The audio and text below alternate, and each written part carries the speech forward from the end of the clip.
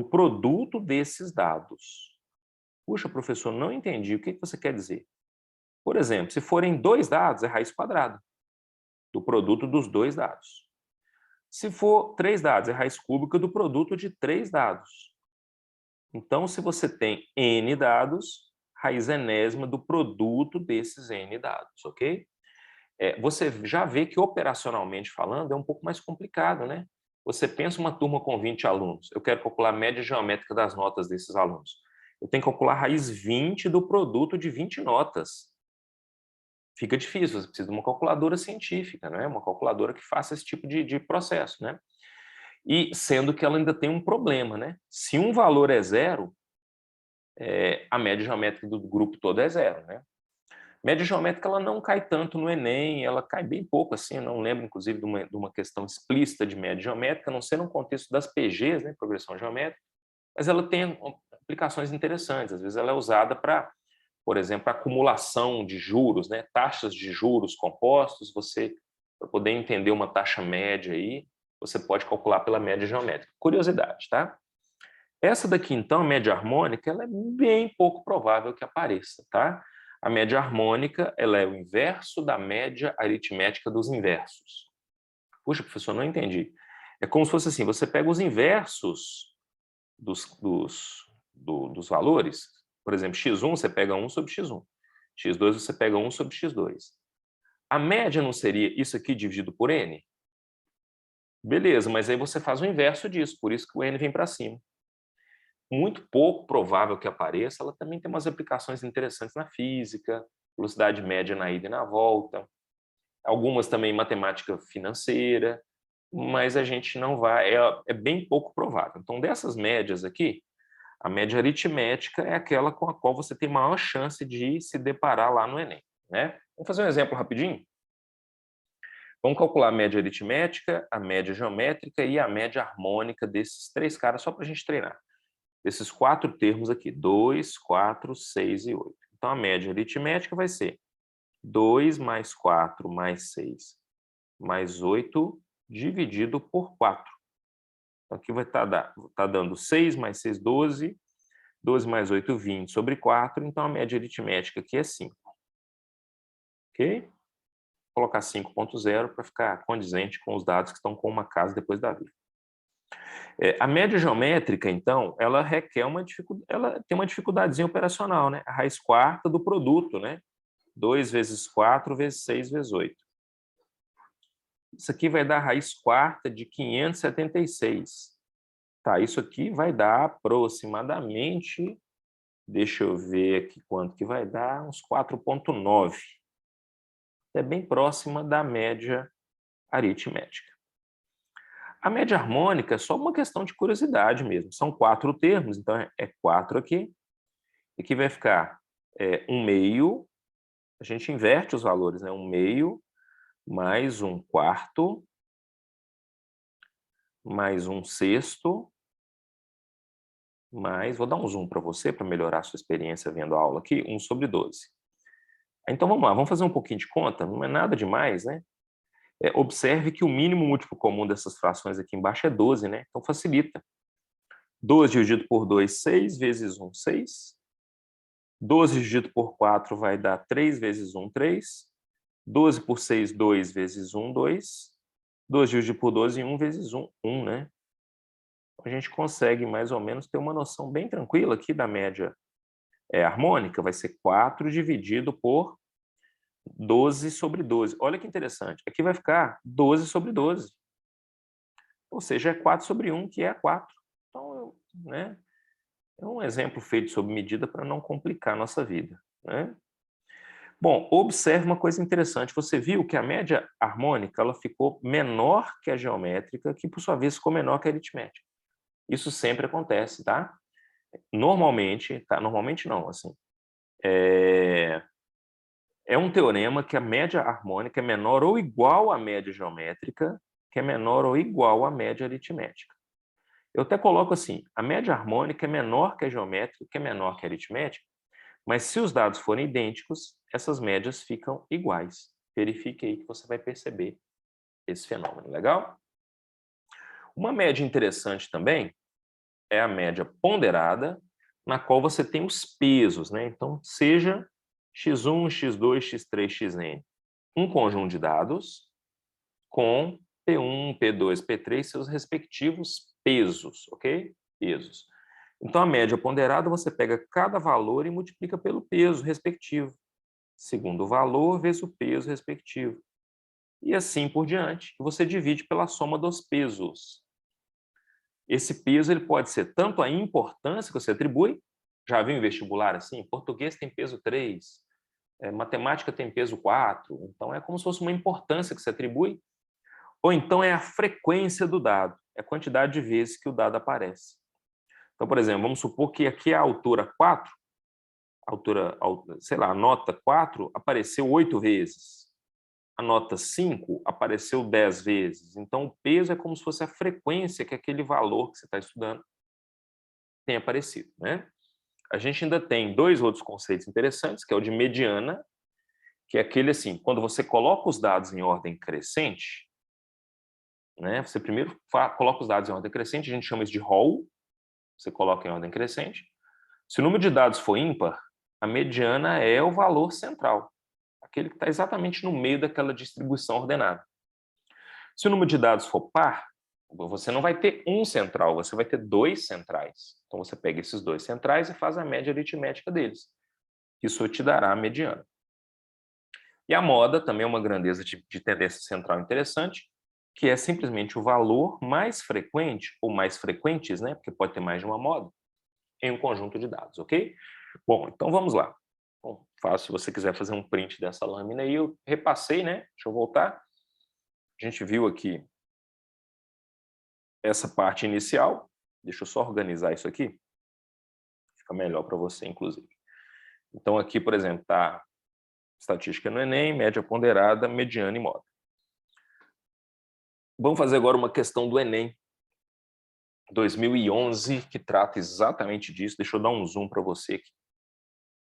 Olha que interessante, questão simples. Você vai ver que realmente, em geral, é um tópico no qual você consegue ter um bom desempenho, desde que você tenha a parte conceitual muito bem estruturada, né? Uma equipe de especialistas do Centro Meteorológico de uma cidade mediu a temperatura no ambiente, sempre no mesmo horário, durante 15 dias intercalados, a partir do primeiro dia de um mês. Esse tipo de procedimento é frequente, uma vez que os dados coletados servem de referência para estudos e verificação de tendências climáticas, etc. As medições ocorridas nesse período são indicadas no quadro. Então, no dia, foram 15 dias, né, de medições, e aqui as temperaturas observadas. Aí ele pede assim, em relação à temperatura, os valores da média, quando ele não especifica, é a média aritmética, a mediana e a moda são, respectivamente, iguais a quais valores. Então, observe o seguinte, eu vou te dar uma dica que vale ouro, tá? Se você tem que calcular média aritmética, mediana e moda, sabe qual você olha primeiro?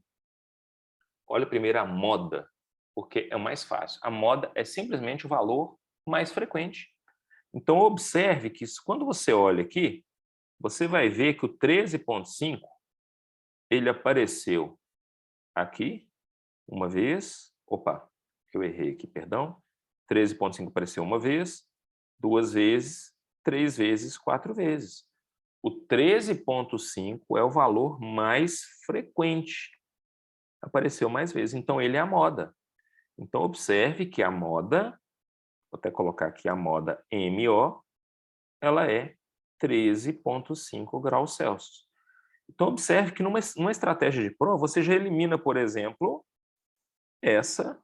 Olha que interessante, você já elimina a letra C, porque na letra C a moda está 18, a letra D, que a moda está 21,5. Então, olha como que você, com conhecimento não muito grande, né, simples, do que é moda, você já fica entre duas. Então, você já elimina bastante aqui, né? Algumas coisas, assim, algum tipo de dificuldade. E olha uma coisa interessante para você ganhar tempo também. Observe que em todas as opções a média aritmética está dando 17 graus. Então, ela é 17 graus por quê? Porque a média aritmética é a única aqui É lógico, se você quiser verificar, mas verifica depois, não na hora da prova. Você tem que fazer com que os seus pontos, o seu tempo seja algo que imprima valor à sua nota. Então, você já viu, peraí, a média aritmética de todo mundo é 17, então eu não vou perder tempo calculando a média aritmética para ver se é 17. Ela é 17.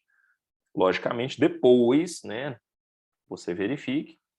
Se você pegar a média aritmética aqui, você vai ver que a soma dos valores é 255, dividido por 15, 17 graus Celsius, né? Então, na verdade, estamos simplesmente para calcular entre a A e a B, a gente tem que calcular qual é a mediana. Para calcularmos a mediana, a gente pega primeiro os valores e coloca em ordem crescente. Deixa eu fazer uma coisa para você aqui. No meu planejamento aqui da nossa aula, para ganhar um tempo, eu já fiz isso. Eu já coloquei em ordem crescente os dados. Eu fiz um rol aqui para a gente. Esses são os dados em ordem crescente. 13,5, 13,5, 13,5, 13,5, 14, 15,5, 16, 18, 18, 18,5, etc. Você tem 15 dados. Se você tem 15 dados, é muito fácil achar o valor central. É o oitavo. Por quê? Observe que o oitavo valor aqui é o 18. Por quê? Olha que interessante. Esse é o oitavo termo. Porque você tem... Peraí que eu acho que eu coloquei no 18 errado. Tá certo, mas só errei qual que é o 18. Olha que interessante. Primeiro, segundo, terceiro, quarto, quinto, sexto, sétimo, oitavo. Esse é primeiro 18 aqui, me perdoe, eu marquei errado. Esse termo aqui é o oitavo. Ele é o central. Por quê? Porque depois dele a gente tem 7 termos, ele é exatamente a mediana, até com correspondência lá da geometria. Você também tem 7 termos antes. Então, ele divide exatamente ao meio a amostra. Então, a nossa mediana ela é 18. Então, MD é 18. Portanto, mediana 18 graus Celsius, média aritmética 17, moda 13,5, letra B de bola. Exatamente aqui, bem fácil de entender. Ok? Então, a gente trabalhou aqui alguns conceitos básicos, né, de medidas de tendência central. Tem um outro tipo de medida que é de dispersão, né? A média ela é uma referência importante, a mediana e a moda, elas nos fornecem uma informação acerca de um valor central em torno do qual os dados estão mais ou menos distribuídos. Mas e como que é essa distribuição? Será que ela está mais dispersa, menos dispersa? Será que os dados estão concentrados ali? Imagina uma turma que a média da prova foi 8, mas está todo mundo próximo ali, né? 7,9, 8,5, 8,8. Ou uma turma que às vezes a média foi 8, mas tem gente que tirou 4, tem gente que tirou 12, então está mais disperso. Quem que mede esse espalhamento, essa dispersão? São duas grandezas interessantes. Na verdade, tem outras, mas essas são as mais importantes, que são exatamente a variância e o desvio padrão. Bom, eu vou te falar como que a modelagem matemática, embora o Enem ele não costume muito cobrar, até andou aparecendo, uma ou outra é bom saber a modelagem matemática, mas só que mais importante é saber a ideia subjacente ao conceito que eu vou te passar.